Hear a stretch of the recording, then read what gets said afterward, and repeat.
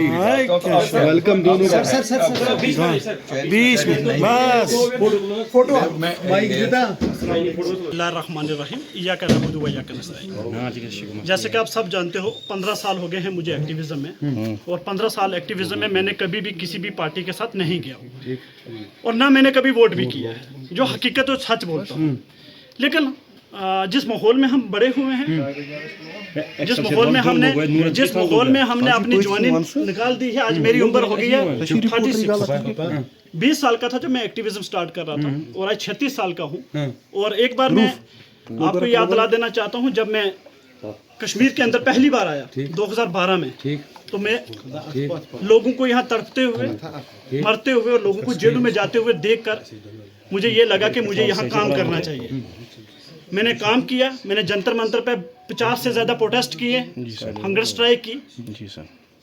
16 में जेल में गया जब पीडीपी की हुकूमत थी, 17 में जेल में गया, 18 में भी जेल में गया, 19 में वाहिद आदमी मैं था जो नेशनल टीवी के ऊपर ना वहाँ पीडीपी मुझे दिखी, ना मुझे एनसी दिखी, ना मुझे कांग्रेस के लोग दिखे। वाहिद आदमी, आप सब जानते हो मीडिया, नेशनल मीडिया के ऊपर वाहिद आदमी मैं अपने कश्मीर की वकालत कर रहा था डिबेट पर, और वहाँ मुझे मारा भी गया। मैंने कभी किसी से कुछ मांगा भी नहीं है, मैंने सिर्फ मांगा तो रब की ज़ात से मांगा है और इंशाल्लाह आगे भी मांगूंगा।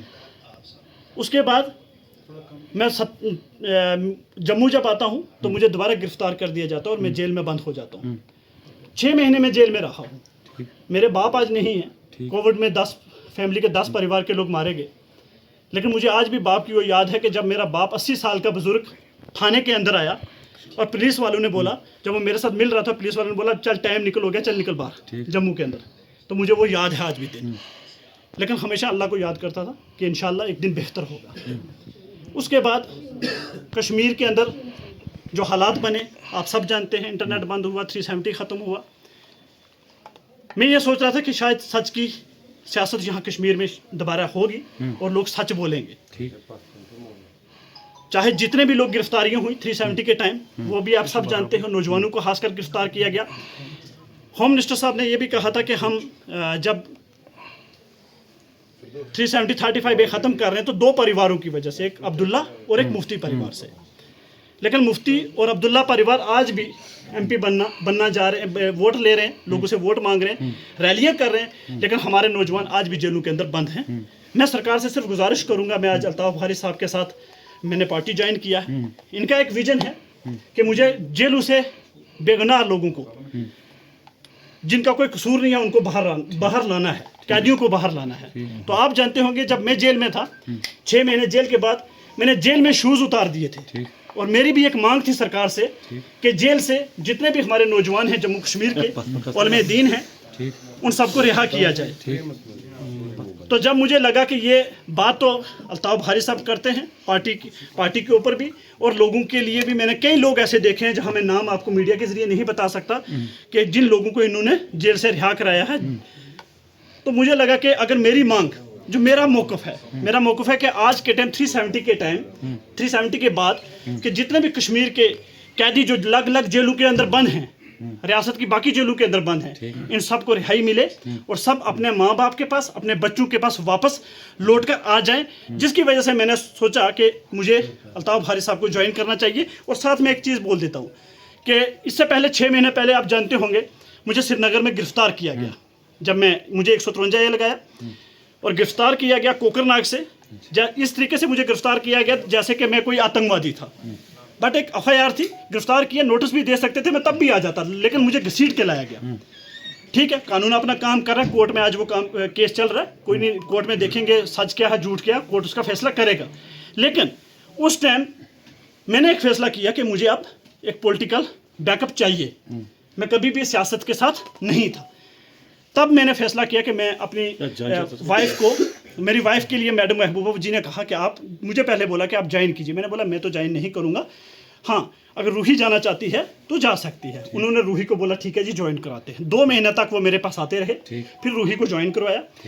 मैंने जब मैडम जी का हाथ उसके हाथ में दिया तो मैंने ये ज़रूर बोला था, मैडम जी आज भी जानते होंगे कि मैडम जी आपकी बेटी है, ये बहन है, ये नेशनल डिबेट पे भी जाती है, जर्नलिज्म में भी रही है, आप इसको इज्जत भी देना, हमें और कुछ नहीं चाहिए। वकार ने कभी किसी से कुछ नहीं मांगा, मैंने बोला इज्जत चाहिए। और इसको आगे लेके जाना, एक्सपीरियंस देना अपना कि वो एक अच्छी एक्टिविस्ट और लोगों की खिदमत कर सके एक लीडर के साथ मिलकर। लेकिन हुआ क्या कि जब वो नेशनल डिबेट पर पहले से, क्योंकि नेशनल डिबेट को पीडीपी की देन नहीं थी, वो जाती थी मीडिया के ऊपर, तो वो अपने बलबूते पर और हमारी पहचान के ऊपर जाती थी। वो जब बात करती थी कश्मीरियों की, तो एक दिन मैडम जी ने मैसेज किया कि रूही जी आज के बाद आप नेशनल टीवी के ऊपर डिबेट नहीं करेंगे, ऐसे 2 महीने पहले। तो मैंने मैडम जी से पूछा, रूही ने पूछा कि मैडम जी आप बताएं कि क्यों नहीं हम डिबेट पर जा सकते। तो मैडम जी ने कहा कि इंडिया अलायंस जो है वो तमाम नेशनल चैनल पर अपना प्रवक्ता डिबेट पर नहीं भेज रहा। लेकिन तुरंत मैंने टीवी जब खोली, तमाम पीडीपी के प्रवक्ता उस चैनल पर बैठे थे, लेकिन सिर्फ रूही को मना किया गया। उसके बाद रूही को ये बोला गया, जब मैंने पीडीपी ज्वाइन करवाया रूही को, कि तुम डोरू में काम करो, कोकोनट डोरू में काम करो, पब्लिकली लोगों के पास जाओ। बट कभी भी किसी मीटिंग में नहीं बुलाया गया। इस 2-3 महीने के अंदर जो चुनाव सिस्टम चला, हमने सोचा चलो कोई बात नहीं, मैडम जी ने डिबेट के लिए मना किया, अब रुक जाओ।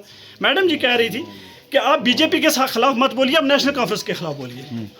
रूही ने जवाब दिया, हमने जवाब दिया, देखिए ना हम आपके इससे पैसे लेके काम कर रहे हैं कि हम किसी के टारगेट करें ना करें, हम वो काम करेंगे जो कश्मीरी आवाम के बेनिफिट के लिए होगा, चाहे उसमें कोई भी पॉलिटिकल पार्टी हो, हम उस पॉलिटिकल पार्टी से सवाल करेंगे, हम किसी के पोपट बनने के लिए यहाँ नहीं आए हैं। उसके बाद अब चुनाव जब हुआ, तो चुनाव के टाइम आप जैसे जानते होंगे, महबूबा जी खुद उतर रही हैं, अनंतनाग से चुनाव लड़ रही हैं, वाहिद परा चुनाव लड़ रहा है सेंटर से, और फयाज मीर लड़ते होंगे यहाँ मीडिया वाले। जब मैं जेल से आया था तो मैंने एक वीडियो अपलोड की थी फेसबुक पे कि आज से पहले जितना भी मैंने किसी को पर्सनल टारगेट किया है, मैं उसकी माजरत मांगता हूँ। शायद आपने वो वीडियो देखी हो। उसके बाद मेरा दिखाइए किसी के वो माफ़ी मांग चुका हूँ, उसके लिए मैं 6 महीने पहले सबसे माजरत कर चुका हूँ। तो अल्ताफ बुखारी से भी अपने